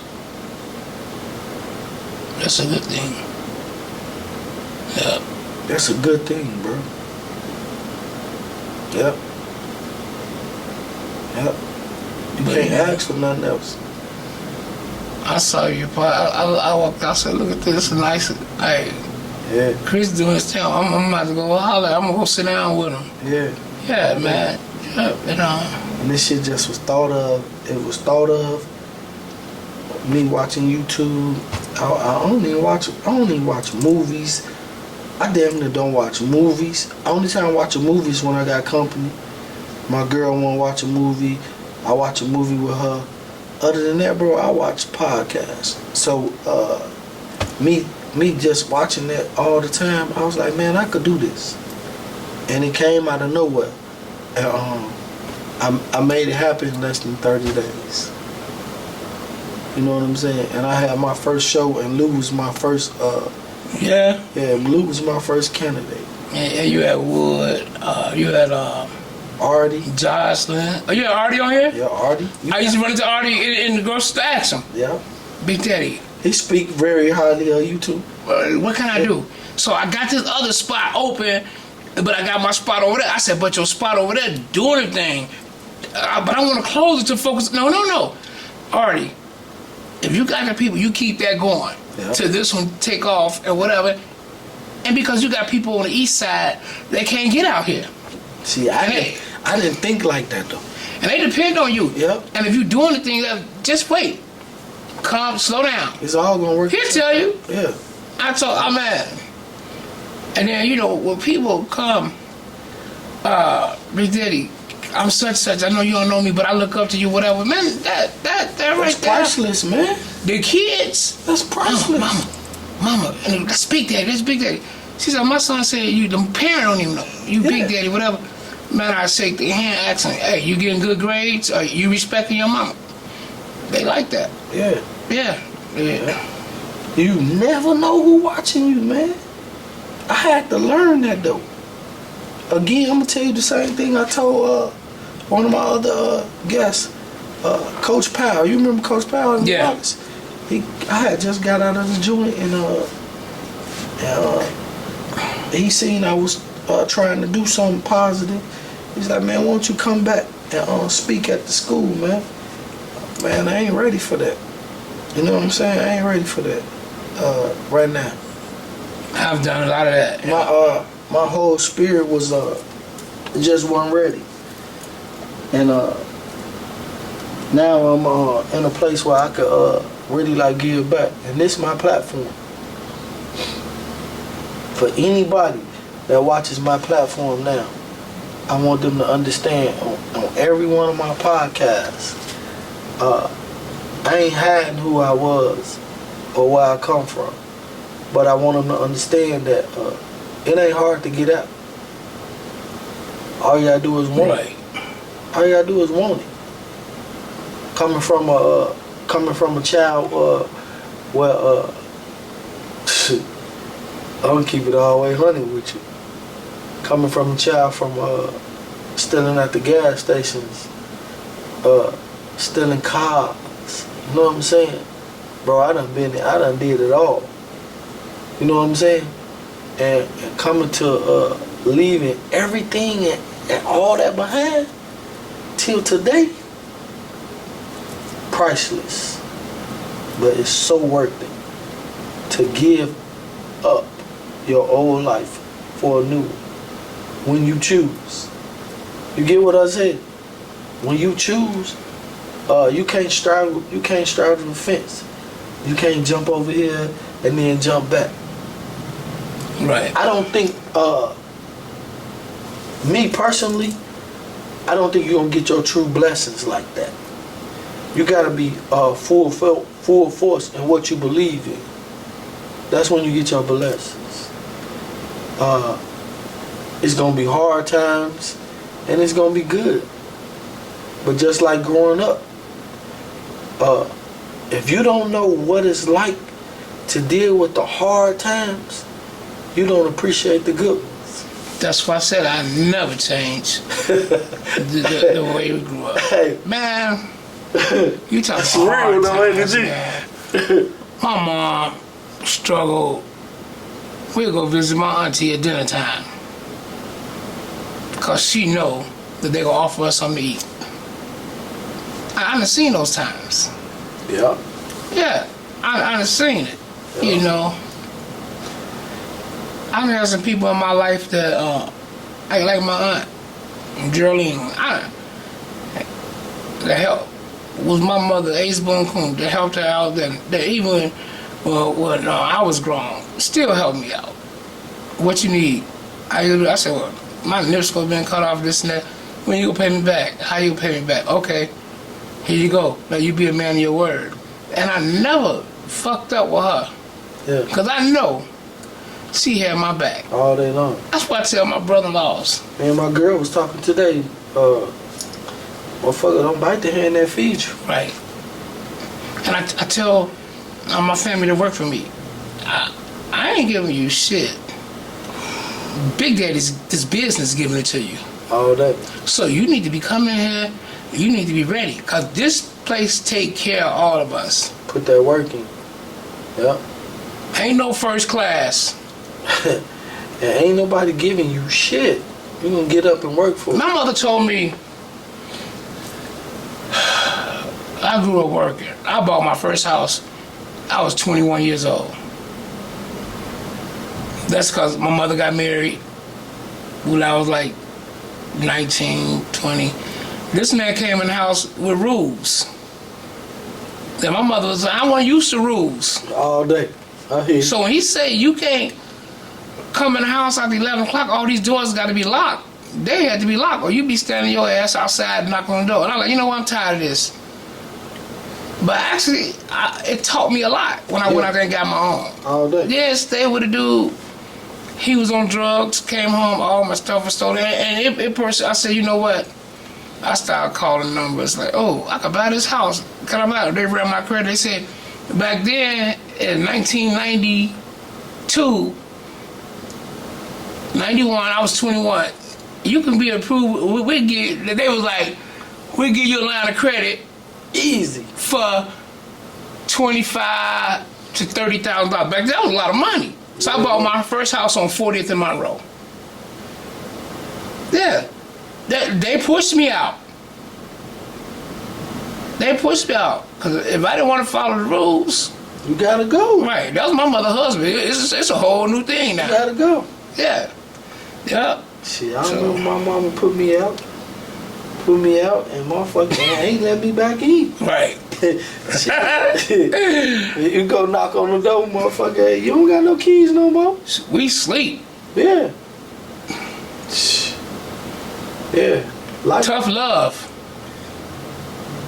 That's tough love. But you know what though? You speak on that. Nowadays, kids don't even understand tough love.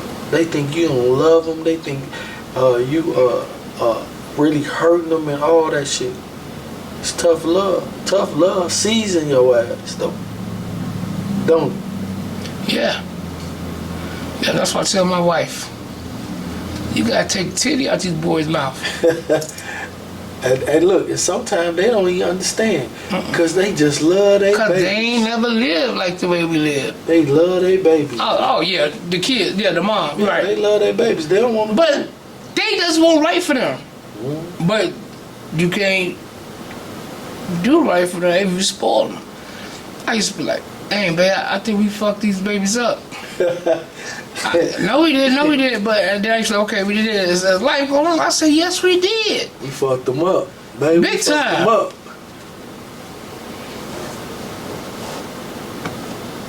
They don't get it because they ain't never had to live like we They did. never had to live like we did. That's why I said I wouldn't change shit the way I grew up. I wouldn't change a goddamn thing. Somebody asked me one day, what would I change? Shit, not nothing. Or you wouldn't be where you at today. All that shit made me, man. All that shit made me. Being poor, growing up, wasn't no Red Lobster for us. So, Man, all we knew was chicken, man. right. Chicken and noodles and motherfucking string beans. And I love that shit still today. Spaghetti. My friends don't eat spaghetti like this. Spaghetti got neck bones in it. What a hamburger meat? Ooh-wee. It's crazy, man. Yeah. Well, I enjoy My kids don't know what Spam is. Ooh-wee. Don't talk about the key on it. What's that? Oh, now you got the pop top. But they don't even. You lose that key. You got a brick. You try to break that key. Hey, you tried to eat that shit lately? Huh? That's salty to me. Man, that's so much salt in that. I tried, bro. They got it. Now they got less sodium. I mean, you should. Bro, you say you should. But we ate it. Hey, bro, look, I swear on everything. I tried to drink some motherfucking Rose some years back just to try it, to see how it tastes. Because, you know, when I first started drinking, we used to go get Rose.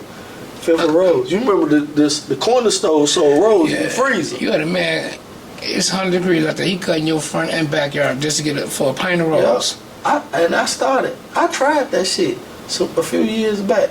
Man, that shit hit me so hard when it went down. I said, ooh, I'll never do it again.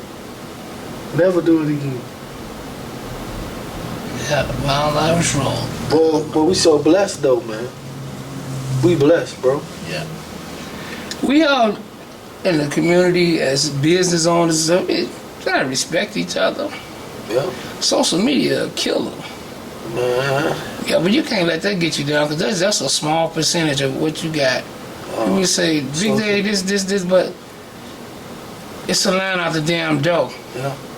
So everybody ain't feeling the same as your little. And I never, even with the little barbecue place down on Fifth Avenue, what they did and what they said, I never said nothing to degrade them. I never do that. I follow black business. I support my black business everywhere, you know. But they think though, the average person think they gotta hurt you to come up. And you don't have to do that. You don't even have to do that. All you gotta do is stay in your lane. Stay in your lane. Mind your motherfucking business. And stay in your lane. You'll be way successful. You do better. You wanna know something, come talk to me. All day long. I can put you on the right track. I can tell you, man, I done had people tell me, my nickname is Baby Junior. A lot of people know that. Okay. When you was Baby Junior, you was different. What the fuck is you talking about? You know, I put you on the right track. Go do it. Go get it. You know what I'm saying? But I can't hold your hand all the way through this thing because I got business to handle too. But I'm setting you up. Yeah, all day long. I'm setting you up. I ain't gonna hold your hand through this shit. And but I'm gonna set you up. I tell you. Then I don't know, man. It's strange. One question though. In this journey that you took on, have you ever had a mentor? Did anybody like mentor you through this, or it was just an independent thing?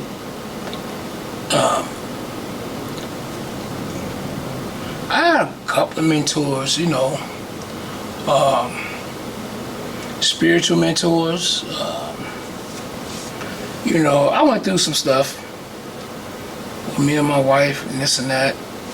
And my wife aunt, mm-hmm. You know, right now, she had dementia at probably about 53 years old.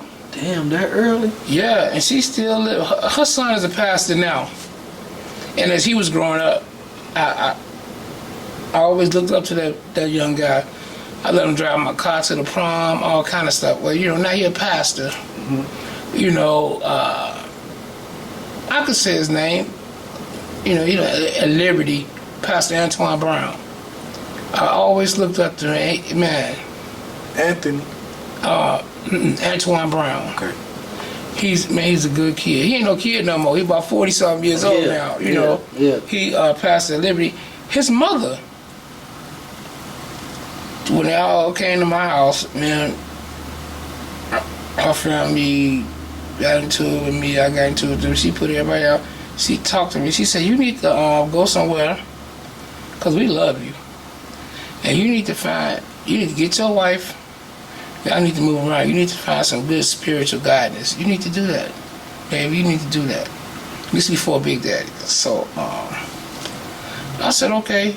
So I went, you know, I went to a couple. I went to EOC. People had their different feelings, but I'm gonna tell you what I got out of that. You know, rest in peace to my pastor. Yeah. Cedric Oliver. Yeah. Man. So I went into church. I'm expecting to hear a lot of hooping and hollering and rolls. Man, this man had on a suit with a Bible, walk back and forth. I'm like, man, it's like I'm in a classroom. And he taught me a lot. He brought the word to me what me as a street person, whatever, I understood it well. You know, and then so me and my wife, we still want to talk or whatever. But then she started, when I leave out the door, and every meeting he had, I would be there. And she's like, I wonder what got him leaving this house, whatever. And then that's when the flea market came in, and I saw pastor named Pastor Juwan. He in Kalamazoo right now. We stayed across the street from each other when neither one of us was living right. And I was like, how the heck you a pastor? It be like that though. He was like, man, God is good, but let me set you up at a spot at the flea market. And my life took off. And it was because my wife, aunt, she here right now, but she not here. Out of the church, and you know, she changed my life. But what she said to you. Yeah. But yes. Yeah. Yep. You never was closed-minded. She changed my whole life. Yeah. Yeah. And then the word that I got. Yeah. And then I would I have another spiritual leader, my uncle. You know, he was the family Bishop Lorenzo Bonds. And I lost him too, you know, a couple years ago. I had him on my phone, like my favorites, right? I used to accidentally call him. And he said, well, since you got me on the phone, let's talk. Let's talk. And that happened more than one time. Yeah. You know, and those two guys, you know, for Christmas, I got a big picture where if you look at it this way, you'll see both their faces on it. You know, my daughter got me that, you know, and it's crazy. You know, he was, man. And then so I used to ask him questions. You know, like, you know, you don't supposed to judge people, this and that.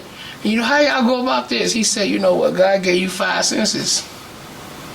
You don't got to judge nobody, just use your 5 senses. That's what he told me, right. You know. So, yeah, so those were some of my mentors. Yeah, then also when I hooked up with Steve Harvey, I was kind of special to him. I don't got no what, you know, I done been on his TV shows, I done been in every event. He had, you know, 3,000 people at one concert. I don't know how many people it was. He would point me out, stand me up, and he would tell my story. You know, he would. Yeah. Even right now, he might say something about me on the radio. Well, you know, we all grew apart, but right now, you know, he whispered some stuff in my ear. Before I got on his national TV show, NBC, trying to fight. It wasn't even a Hoodie Awards. It was. This was national. Okay. This means everybody, black and white people, was watching this. Yeah. NBC Studios in Chicago. Yeah. He whispered stuff in my ear. He said, "This is what I'm gonna do for you." You know what? And he did it. You know, everybody say this about these people, but I just know people from what I know about them. You know what I'm saying? So, yeah. So, you know what, Steve Harvey? I don't listen to everything he say, but boy, when you really like grasp some of the shit he say, and he know because he been through it. Yeah, he been through it. Yeah. Yeah. One of the most important things that I took from Steve Harvey. Those kids, like Lori, back then when I was around, she was about 10, 12 years old. Yeah. His twin daughters. Yeah. Hey, Big Daddy, hey, Big. I'm telling you, when he did his foundation work in Chicago, whatever, I fed those single parents and their kids and their sons in a boot camp. Yeah. He called me to do that, and I sold back. Yeah. Yeah, real. Yeah. Steve Harvey, he said that to me, what I really took from him, he said, elevation, bro, called separation. And it's gonna be some uncomfortable times. It messed me up, him and his manager. But what that did for me is it explained to me what I've been going through my whole life. Elevation causes separation, and it's gonna be some uncomfortable times. I listen to his show sometimes, and another thing he said is the Lord. Some scripture in the Bible. I can't say it right now, but I can make sense of it. You're gonna go through fire. He ain't tell you that it wasn't gonna be hot, but he told you that you wasn't gonna burn. That's right. Yeah. You wasn't gonna burn, but he ain't tell you it wasn't gonna be hot. I mean, we I don't know that scripture. I used to go to all his little conferences. We in Atlanta.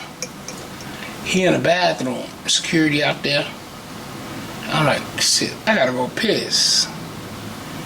And he had a security guard, Muhammad.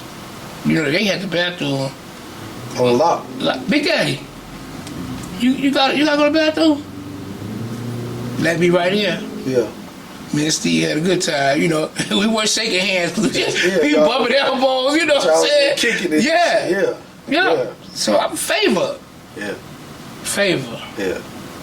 Yeah, when God put favor on your life, can't nobody touch you. All day long. They can't. But you know, I look at my life is the same way. Like I'm saying with you.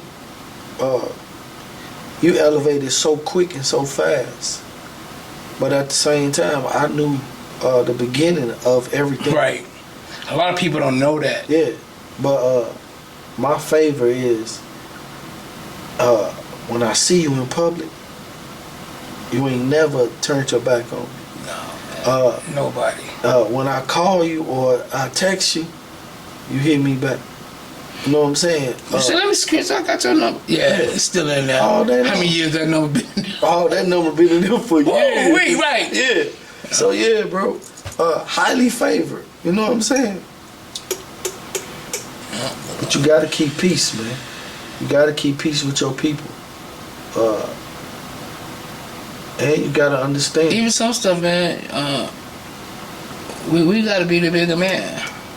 Yeah. We gotta humble ourselves. We gotta make it right. You know. That's a big thing too. We Writing. I had this one cat. I told him years and years ago. He was in here cutting hair with me. I said, man, look, man, ain't none of us perfect. But when you understand life, the first thing you gotta understand, you gotta right all your wrongs. You gotta put your best foot forward to right all your wrongs. I hired this little cat from my Cherville store. I reached out to him. I said, I need you to come work with me. We put down this what's gonna happen. That's what's gonna happen.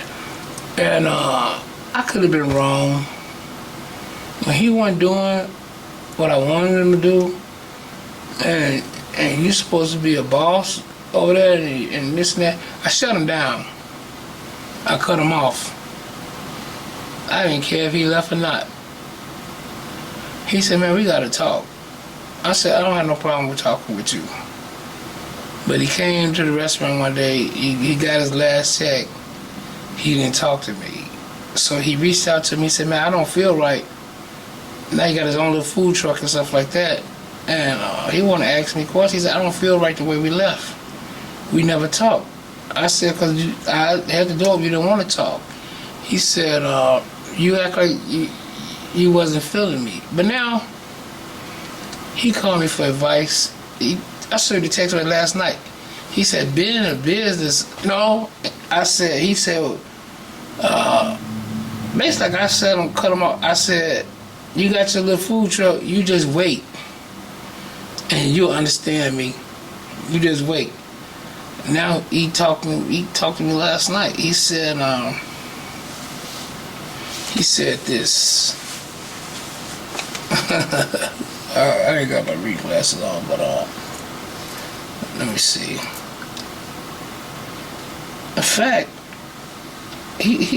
fact, he just hit me up at 8:18. Let's do a collab pop up together soon.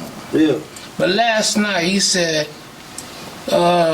he wants some turkey breast or whatever. He said owning a business is hard. I told him sometimes you just gotta do what you gotta do. But I said, take it easy, run it, don't let it run you. Yeah. You know, be patient. I ain't mad at him, but I felt I could have did something better. So I have been talking to him. Yeah. You know. Right. It's just that's why I'm here. How you gotta deal with certain people. It's all about how you gotta deal with certain people. Like it be like that sometimes. And and if you can't tell them, sometimes you gotta let them get out there and see. He's seeing. That's the thing. You gotta let them go out there and see. Again, I'm gonna say this. When I first started my own business, leaving from down there with Lou, man, you talking about clientele, bro? I had clientele 7 days, like 6, 7 days a week. Even at Lou, you know, I was in the shop. I heard whispers and this about him, this and this and this. But now everybody got their own shit. Y'all gonna understand what that man ain't going through. I mean, he got schools, he got this and that. And you'll understand I gave where he come from. Props, man. Right, man. But I always fuck with Lou on a different level, with understanding though, because we was quote unquote around the same age. So I always respected him on the business aspect, the business level. So me and him used to have them private talks. You know what I'm saying? Just me and him. The object of the game is you doing this for a reason. You ain't doing this for play.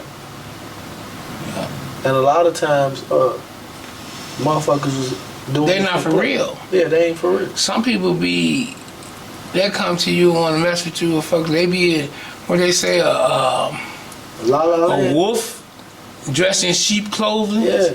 They want to get what they can out of you, and then Move around. I have had, when I cut them off, and I stopped giving them everything, whatever, and you have your whole wife telling you, this dude ain't no good for you. Yeah.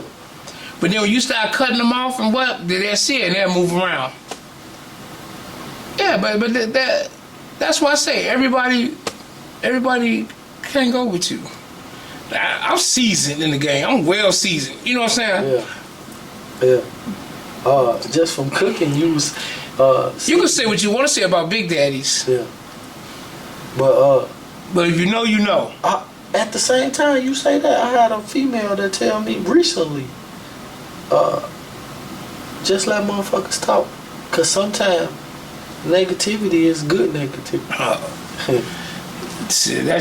If you in a room with 10 motherfuckers and all of them talking negative, about 2 or 3 of them motherfuckers, they gonna want to see for themselves. You get what I'm saying? Yeah, they gonna want to see what they gonna want to come and see for themselves.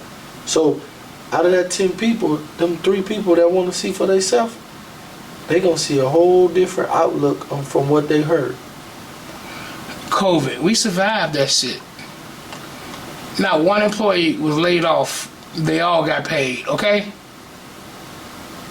Not one, we didn't close, especially the big store. Yeah, the big store.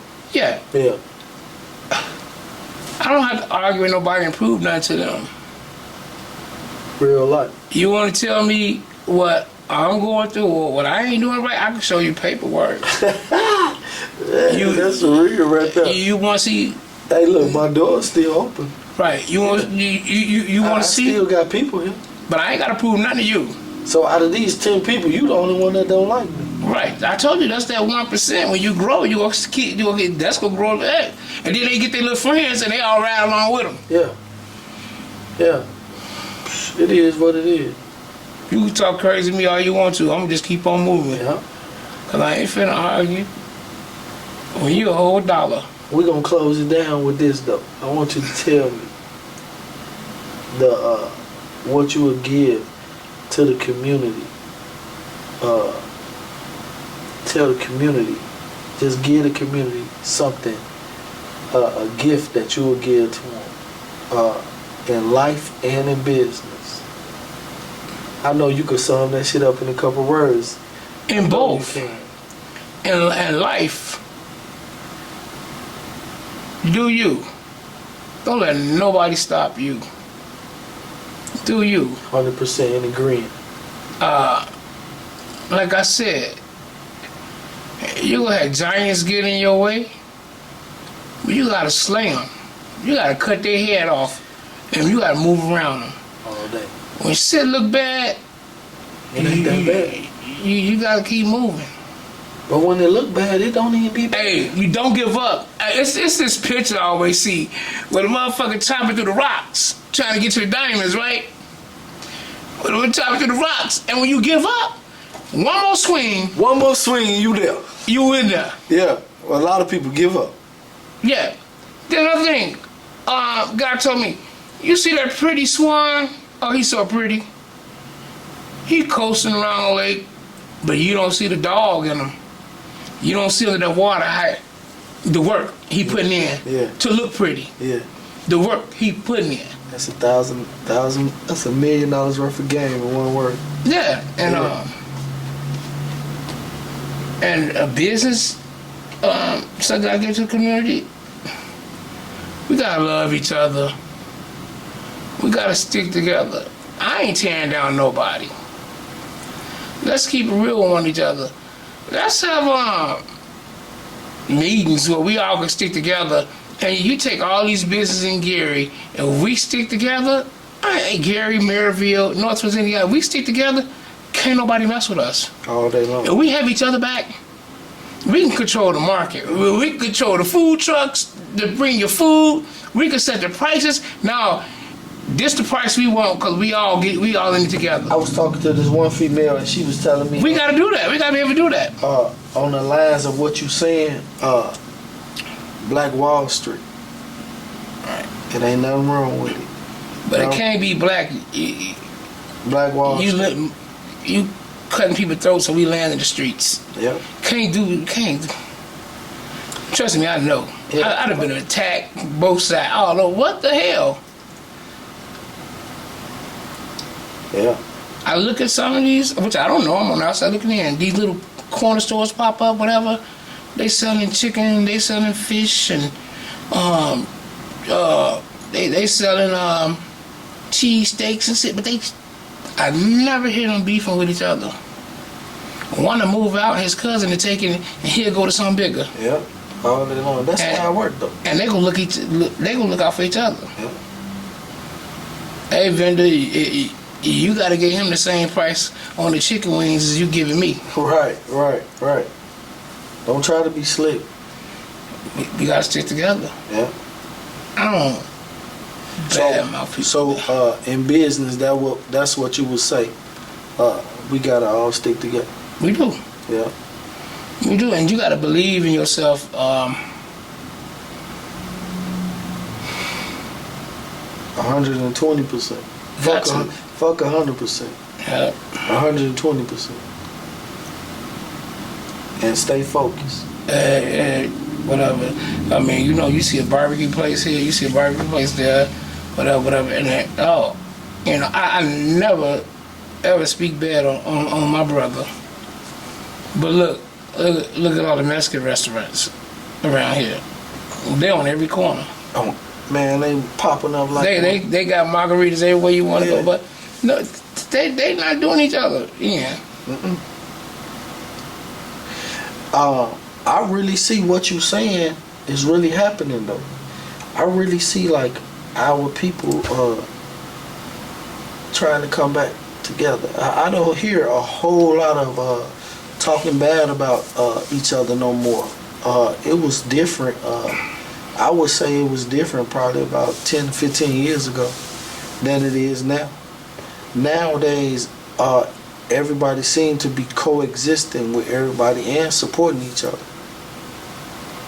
That's what I see. I get out to some places, whatever, but people like, Big Daddy, you ain't came to support me. Sometimes I'm just super busy. But I see you, I follow you. I like what you're doing, whatever that. You would send somebody without even knowing. Right. Yeah. That part. Yeah. You will send somebody without even knowing. You don't know how long I've been supporting you. All day. And that's real talk, though. Yeah, I took a picture. I tried to support everybody. Like I told somebody. I just don't like ignorant folks That's the thing. that talk too much, And say the wrong you shit. don't like ignorant crowds. And then you be want to tell them, you know what, you doing fine, but you need to just take it easy on your pages and all that. Everybody don't need to know this and that. But then they'll come at you. Yep. Who the fuck you think he is? All day. And that right there is the arrogance, though. That arrogance kicking in. It ain't But even, I can tell you because I've been in this. yeah, it ain't even about arrogance. Can you take constructive criticism? I remember I learned to ask people that before I even say something. my first barbecue thing at the Hoodie Awards, I was up against Gates Barbecue. You know, he big in Kansas City. Mm-hmm. That man, even though I beat him in that awards, man, he pulled me. We had a good talk. He talked to me about the business and gave me a lot of advice, and I was fresh meat. Then that's what we got to do. Yeah, all day. I'm 100% in agreement with you on that. We can't be scared of each other. No, It's all about respecting each other. that's what it is. I agree with you. I don't care what you do. If you sell barbecue here and I'm selling it there, we gotta respect each other. And understand that everybody have their time. Yep. What you gonna do with your time? Is you gonna maximize and take advantage of your time, or are you gonna leave with the same mentality that you had before your time came? Yeah, but most people, I would say, 95% of the people that really like, they maximize off of their time. Cause I see a lot of black businesses, man, and they doing good. I love Lake Street. Lake Street's off the chain. I love it. I went down Lake Street on my motorcycle last week. I look at Lake Street like, okay, here come Hyde Park. Man, bro, when I went down Lake Street last week, man, on my motorcycle. And everybody gonna get money. Everybody out, man, I seen all different Caucasians, man, blacks, Mexicans, man. It was such a beautiful thing, man. And we gotta keep it a beautiful thing. Yeah. Go out there, support. Go out there, support. Man, life is real though, ain't it, G? Yeah. Yeah. I love it. You know, I grew up in Miller too. Look, I spent some time out there. Yep. I done lived in every neighborhood in Gary, Indiana, man. Every neighborhood. Yep. Hey, boy, by the way, I love that chain. Ooh, that motherfucker. Oh, yeah, the world is mine. The world is yours. And you gotta act like it. Yeah. You know? And be humble. Be humble with that shit. Yeah. Yeah. Know it's yours, but be humble with it. Yeah. On that note, though, I'm going to say peace out to y'all, man. I love y'all, and I'm going to keep it going. My man, Big Daddy Barbecue, here with me today. Yeah. And appreciate everybody All for day. these 17 years. All day. Yeah. Yeah. I got 15 in. Yeah, it's real out here. But love, peace, and hair grease. Click.